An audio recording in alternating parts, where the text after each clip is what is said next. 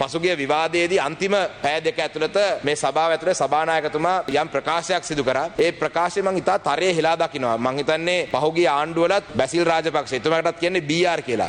පහුගිය ආණ්ඩු පෙරලෙන්න, පහුගිය ආණ්ඩු අනාශ වෙන්න ඒ BR කාරණේ. මේ සභානායකතුමාත් ඇතුළට එනවා. බිමල් රත්නාගේ යත් BR තමයි. එතුමාගේ ඒ අන්තිම පැය ඇතුළත එතුමා සඳහන් කරපු කාරණේ ඉතාමත්ම පෞද්ගලික මඩ ගැසීමක්. මම ආණ්ඩු පක්ෂයේ ඇමතිවරයෙක් පිළිබඳව මම පැහැදිලි චෝදනාවක් ඉදිරිපත් කරා. ඒ චෝදනාවට පැනික් වෙලා ඉතා පහත් මඩ ගැසීමේ ප්‍රහාරයක් දියත් කරා. පහුගිය ආණ්ඩුව කාලයේදී රනිල් වික්‍රමසිංහ ජනාධිපතිතුමා උතුර සහ නැගෙනහිර ඉන්න മന്ത്രിවරුන්ට විමධ්‍යගත මුදල් ප්‍රතිපාදන දුන්නා. ඒක දිස්ත්‍රික් ලේකම් කාර්යාලය, ප්‍රාදේශීය ලේකම් කාර්යාලයෙන් ගියේ. මෙතන ඉන්න മന്ത്രിවරු ගොඩක් හම්බුණා. එතුමා අහනවා සිරිනේසන් മന്ത്രിතුමාට හම්බුණාද, සිරිනාත් ડોක්ටර්ට හම්බුණාද කියලා මගේ දිස්ත්‍රික්කේ මගේ පක්ෂේ മന്ത്രിවරුන්ගෙන්. ඒ മന്ത്രിවරු පාර්ලිමේන්තුවේ හිටියේ නැහැ ගිය පාර්ලිමේන්තුවේ මුදල් ලැබෙන්න. ඉතින් මේ රනිල් වික්‍රමසිංහ මට මුදල් දුන්නා කියලා කරපු මේ පහචොද එතුමා ඇමතිවරයෙක්, එතුමා විමධ්‍යගත මුදල් භාවිත වෙන්නේ කොහොමද කියලා දන්නේ නැහැ කියන එකම හාස්‍යයට කාරණයක්. ඒ වගේම තමයි මම රාජපක්ෂලත් එක්ක. ඔව් මම ශ්‍රී ලංකා නිදහස් පක්ෂයේ සංවිධායකවරයෙක් කැරේ හිටියා. ඒක මම පැහැදිලිව කියලා තියෙනවා. මම අවුරුදු 22ක ගත වැරදි දේශපාලන තීන්දුවක්. ඒක පස්සේ කළා මගේ දිස්ත්‍රික්කේ ජනතාව මට ඡන්ද දීලා තියෙනවා. හැබැයි මෙතුමාලා රවිරාජ් මන්ත්‍රීතුමාගේ නම සඳහන් කරා. රවිරාජ් මන්ත්‍රීතුමා මරණ කොටත් බිමල් රත්නායක ඇමතිතුමා ඇතුළු JVP එක මහින්ද රාජපක්ෂ මහත්තයත් එක්ක වැඩ කරේ. ඉතින් ඒක නිසා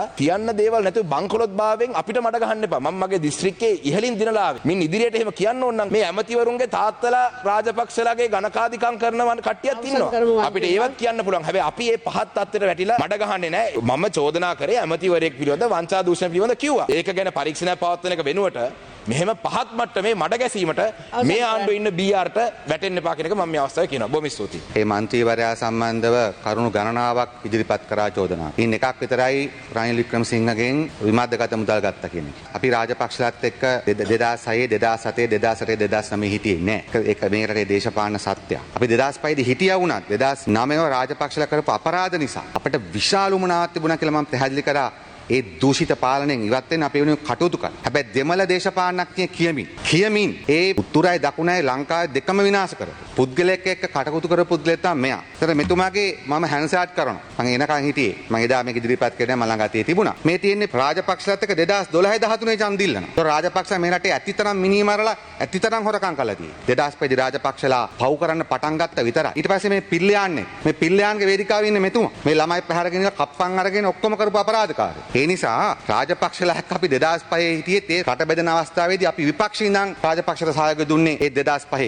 මම දැත් කිව්වා ඊටාම කනගාටු වෙනවා මේ තමිල් දර්ශු කච්චි කියන පක්ෂයේ මේ රාජපක්ෂ අවතාරයක් මේ. ඒ නිසා පෞද්ගලිකව හැමතැනම මඩගගහ යනවා. ඒ වගේම පාර්ලිමේන්තුවේ කතානායකතුමාට ඊටාම නින්දිත ආකාරයෙන් බැනවදිනවා. අපි දැක්කා ඒවා හැන්සාට් ගත වෙලා තියෙනවා. ඊටාම නින්දිත ආකාරයෙන් මම එදා රවිරාජ් මන්ත්‍රීතුමා ගැන කිව්වේ මොකක්ද? රවිරාජ් මන්ත්‍රීතුමා අපි ඔක්කොම විපක්ෂේ හිටියේ. යුද්ධයේ දෙපැත්තේ 100මාර මැරෙද්දිවත් රවිරාජ් මන්ත්‍රීතුමා කවදාවත් මූලාසනයේට තුට්ටු දෙකට කතා කරේ නෑ. මේ තර්ඩ් ක්ලාස් දේශපාලනය ගැන වෙන රවිරාජ් මන්ත්‍රීතුමා. මම එතුමා අවුරුදු 6ක් එක පුටුලක දාගෙන හිටියා. Gajendra Kumar පොන්නම්බල. we told respect to him. මම කවදාවත් කිසිම මන්ත්‍රීට පෞද්ගලික කියන්නේ නමුත් මෙතුමා මූලාසනයටත් මඩගසමින් ඊටාම දුර්දාන්ත දෙමළ දේශපාලනයටම කලලක් ඇත්තට.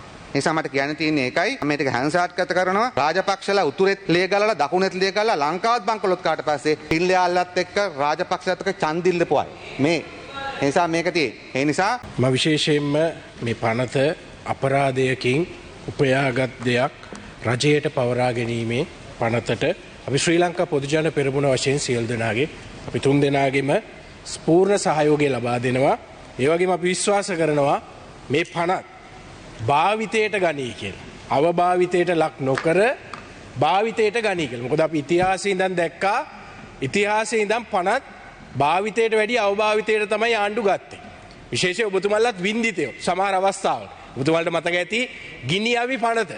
එදා ජනතා විමුක්ති පෙරමුණට විරුද්ධව පාවිච්චි කරපු හැටි ඔබතුමන්ලට මතක ඇති. ඒ වගේ පොදු දේකල පනත. මමත් වින්දිතේ පොදු දේපල පනතේ අපි හම්බන්තොට වරාය විකුණන්න එපා කියලා උද්ඝෝෂණය කරාම පඹේක් ගිනි තිව්වා කියලා අපිට මීටර් 300ක් ඉස්සරහින් තාර වුණු වුණා කියලා මාව දැම්ම හිරගෙන. ඒකෙන් අපි දන්නවා ඔය පනත් පාවිච්චි කරන හැටිත් අවභාවිතා කරන හැටි. ඒ වගේම තමයි යහපාලන ආණ්ඩුව වෙලාවේ ඔබතුමන්ලත් එකතු වෙලා FCID එක හැදුවා. අන්තිමට වසන්ත ඇමතුමාව ගිහිල්ලා පැමිණිල්ලක් දැම්ම FCID එකේ සභාපතිතුමාට. FCID එක බාර කෙනාට එතුමත් කප්පම් ගත්තා කියලා. අපි දැක්ක FCID ඒ කාලේ පාවිච්චි වුණේ දේශපාලන දඩයන් වුණා. හැබැයි ඊටත් වැඩිය ව්‍යාපාරිකයන් ගෙන්නවා, කට උත්තරයක් ගන්නවා, බය කරනවා, කප්පම් ගන්නවා, ගෙදර යවන මේ වගේ තත්ත්වයක් ඉතිහාසයේ තිබුණා. ඒකෙන් අපි විශ්වාස කරනවා මේ පනතත් භාවිතයට ගන්න එක හොඳයි. හැබැයි අවභාවිතයට නම් ගන්න එපා කියලා අපේ ඉන්නවා අධිකරණ ඇමතුමා ඉන්නවා, පොලිසිය භාර ඇමතුමා කතා කරා, නියෝජ්‍ය ඇමතුමා ඉස්සරහා ඉන්නවා. ඒකද අපි විශ්වාස කරනවා මේ පොනිරුදේ ආණ්ඩුව මේ රටට සාධාරණයක් ඉටු කරයි කියලා. හැබැයි මේක ලංකාවේ වෙන්න පුළුවන්, පිටරට වෙන්න පුළුවන්, උගන්ඩාවේ වෙන්න පුළුවන්, ශීෂෙල්ස් වෙන්න පුළුවන්, ඩුබායි වෙන්න පුළුවන්. ඕනම තැනක තියෙන අපරාධයකින් උපයගෙන තියෙනවා නම් ඒව ලංකාවට ගේන්නේ ඒක ඔබතුමාලගේ පොරොන්දුවක්.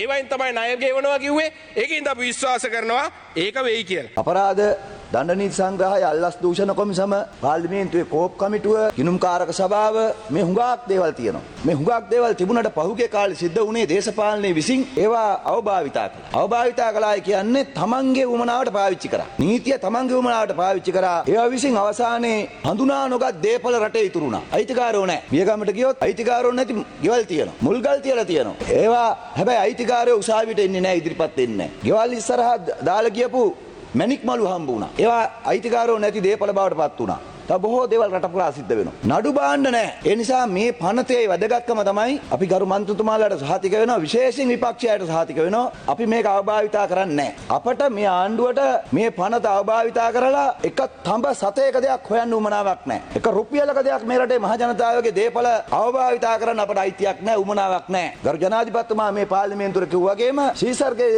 සීසර්ට දෙවියන්ගේ දේ දෙවියන්ට අපට මුකුත් එපා. මේක පවුලක් රකින්න, පවුලක දේපල ආරක්ෂා කරන්න, පවුලකට රටේ දේපල ප්‍රකම් කරන්න භාවිතා වෙන්නේ නැහැ. යාළු මිත්‍රයන්ට කොට ගහන්න භාවිතා වෙන්නේ නැහැ. මට මතකයි ගරු ජනාධිපතිතුමා විපක්ෂයේ ඉන්නකොට ඉදිරිපෙළ හිටපු ආණ්ඩු පක්ෂය පෙන්නලා කිව්වා මම මේ බලය තියනවා නම්, මම ජනාධිපති නම්, නැත්නම් මේව ක්‍රියාත්මක කරන්න මට බලය තියනවා නම් මෙතන ඉස්සරහින් හුඟ දෙනෙක් අද මෙතන නැහැ, හිරේ ඉන්නේ කියලා. දැන් රටේ ජනතාවට තියෙන ප්‍රශ්න තමයි එහෙම කියපු ජනාධිපතිතුමා ඇයි මෙච්චර වේගෙන් මේ වැඩේ කරන්නේ නැත්තේ කියලා. ඇයි ඒට අනුව ක්‍රියාත්මක වෙන්නේ නැත්තේ කියලා. අද ජනාධිපතිතුමාට මේ බලය තියෙනවා. ජනාධිපතිතුමා ඒකට අනුව ක්‍රියාත්මක නොවීම තමයි ජනවරම දුන්නු ජනතාවගේ තියෙන කනගාටුව, පසුතැවිල්ල.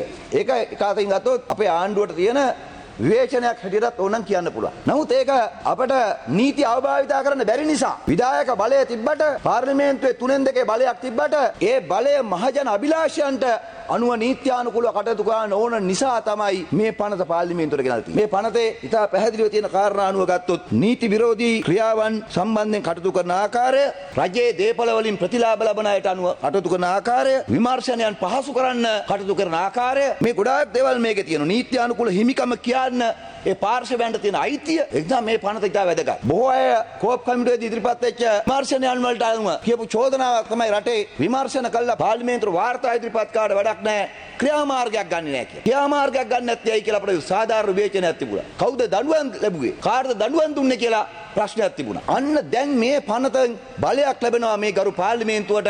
ඒ දඬුවම් ප්‍රමාද වෙච්ච අයට, නැත්නම් දඬුවම් දෙන්නේ නැහැ කියලා විවේචනය තියෙන අයට ක්‍රියාත්මක වේ. මහ බැංකු බැඳුම් කර වංචාවට ඍජුව හා වක්‍රව හවුල් වෙච්ච සියලු අය අධිකරණයට ගෙනල්ලා දඬුවම් දෙන්න. දැන් අන්න මේ පනත අනුව මං හිතන්නේ ගරු අධිකරණ ඇමතුමාට ඒ වෙනුවෙන් ක්‍රියාත්මක වෙන්න හැකියාව, අවශ්‍ය පරිසරය හැදෙනවා. ඒ වගේම තමයි සීනිබදු වංචාව. මම සීනිබදු වංචාවට අදාළව නඩුව ශ්‍රේෂ්ඨ අධිකරණයට ගෙනිච්ච කෙනෙක්. ඔක්තෝබර් මාසේ නැවත නඩුව විභාගයට ගන්නවා. දැන් මේ සීනිබදු වංචාවෙන් ජනතාවට වෙච්ච පාඩුව, රජයට වෙච්ච පාඩුව, ඒ පාඩුවට වගකිය යුත්තන් කවුද කියලා අනාවරණය කරගෙන ඒ වෙච්ච හානිය දඬුවම් දෙන්න බලය ගරු අධිකරණ ඇමතුමාට අධිකරණයට ලැබෙනවා. ඒ වගේම තමයි මහ පොළ ආරකාර අරමුදලයට තිබුණා රිට් එක. ඒක හැදුවේ මොරටු විශ්වවිද්‍යාලයේ තාක්ෂණ පීඨය හැටියට. නමුත් ඒක බාරකාර අරමුදලට අරගෙන අවලංගු කරලා ඒක දේපලක් බවට පත් කරගත්තා. ඒක කෝප් කමිටුව විමර්ශනය කළා තියෙනවා. අන්න ඒකට අදාළව ක්‍රියාමාර්ග ගන්න පුළුවන් දැන් මේ යටතේ. ඒ වගේම එයාබස් ගනුදෙනුව කපිල චන්ද්‍රසේන ප්‍රධාන විධායක අධ්‍යක්ෂක හැටියට ඉඳගෙන පාර්ලිමේන්තුවේ කෝප් කමිටුව කතානායකගේ ගෙදර රැස්සලා ඒ සිද්ධ කරපු මහා විනාශෙන් අපට ගුවන් යානා හම්බුනේත් නැහැ. ශ්‍රී ලංකන් ගුවන් සමාගමත් පාඩු වුණා. අපි වන්දිය විතරක් ගෙවලා තියෙන බිලියන 32ක්. කෝටි 3200ක් වන්දි ගෙවලා තියෙන මේ රටේ ජනතාවගේ බදු මුදල්. අදත් මේ ජනතාව ඒවට කම්පා වෙනවා. ඒවා සම්බන්ධයෙන් විමර්ශනය ඉදිරියට ගෙනියන්න එදා ඒකට පිටරට අධිකරණ වලින් නඩු දැම්මට ලංකාවේ අධිකරණ ක්‍රියාත්මකුනේ නැහැ. ඒ වගේම කාබනික පෝර ගේනවා කියලා අවසානයේ පෝර හම්බුනේත් නැහැ. ගොවියන්ට රටට පාඩු වුණා. මට මතකයි මහජන බැංකුවෙන් චීන පෝරණයකට වන්දි ගෙව්වා කවුද වගේ කිව්වොත් කියලා පාර්ලිමේන්තුවට ගෙනාවෙත් නැහැ. දඬුවම් ලැබුණෙත් නැහැ. අන්න ඒවට ක්‍රියාත්මක වෙන්න දැන් මේකෙන් හැකියාව ලැබෙනවා. ඒ වගේම තමයි නැනෝ නයිට්‍රජන් දියර පෝර කියලා ගෙනාවා තව එකක්. විශේෂයෙන්ම රටේ විගණකාධිපතිවරයා විශේෂ විගණන වාර්තා 100කට වැඩිය දාලා තියෙන පාර්ලිමේන්තුවට. ඒවා හොයලා බැලුවොත් එහෙම මේ රටේ ජනතාවගේ ධනය මංකොල්ල කෑවේ කවුද කියලා ලිඛිතව සාක්ෂි සහිතව පිළි අරගෙන තියෙන වරදවල් එක්ක තියෙනවා. තිබිච්ච නීති අවභාවිතා වෙච්ච නිසා තමයි ඒවයින් මොකුත් සිද්ධ නුනේ. ඒ නිසා අවභාවිතා නොකර මේ අපරාධකාරයන්ගෙන් අපරාධ වලින් අටට කරපු හානි නැවත සිද්ධ නොවෙන්නම පාඩමක් උගන්වන්න ආකාරයට නීතිය ක්‍රියාත්මක කරන්න පුළුවන්කම ලැබෙන්න ඕනේ කියලා මම විශ්වාස කරනවා. ඒකට අවශ්‍ය කරන ප්‍රතිපාදන මේ පනතේ නැත්තම් තව එකතු කරගන්න මේ පාර්ලිමේන්තුවත් ජනතාවත් ඔබතුමාලට අයිතිය දෙනවා. හාල් ගෙනල්ලා ඔය සපුගස්කන්ධ ගබඩාවේ පුල්ල ගැහුවා කියලා දොර ළඟ තිබිච්ච පින්නට තිබිච්ච හාල් ටික පෙන්නලා මුළු ගබඩාවේ තිබිච්ච හාල් තොගේම දුන්නා බියර් වලට. අන්තිමේදී බියර් කම්පැනි වලින් නැවත සතොසර විකුණා. සතොසෙන් මිනිස්සුන්ට විකුණා. ඒවා තියෙනවා ලිඛිතව. ඒ වගේම එක්ස්ප්‍රස් පර්ල් නැවේ සිද්ධිය මේ රටට බිලියන ගාණක් වන්දි ලබා ගන්න තිබිච්ච ගනුදෙනුවක් අවසානයේක නිකන් අයාලේ ගියා. අපි එදා විපක්ෂ ඉඳගෙන කිව්වා ඒවා සිද්ධ වෙන්නේ කොහොමද කියලා හෙළිදරව් කරා. අන්න ඒවයින් පරිසරයට වෙච්ච හානිය, මූදට වෙච්ච හානිය, සතුන්ට වෙච්ච හානිය, රටට වෙච්ච හානිය මේ අපරාධ. මේවා තමයි අපරාධ. නැතුව වෙන අපරාධ කියලා බෙල්ල මිදි කළ මෙතනින් තියන්නේ නැහැ කියලා. මේවා තමයි අපරාධ. මහජන ධනය මංකොල්ල කන එක තරම්, මහජන ධනය වංචා කරන එක තරම්, ඒ වෙනුවෙන් තමන්ගේ දේශපාලන බලය, පෞල් බලය, ඥාති බලය, යාළු මිත්‍රකම් පාවිච්චි කරන එක තරම් වෙන අපරාධයක් තියනවද? ඒවා තමයි අපරාධ.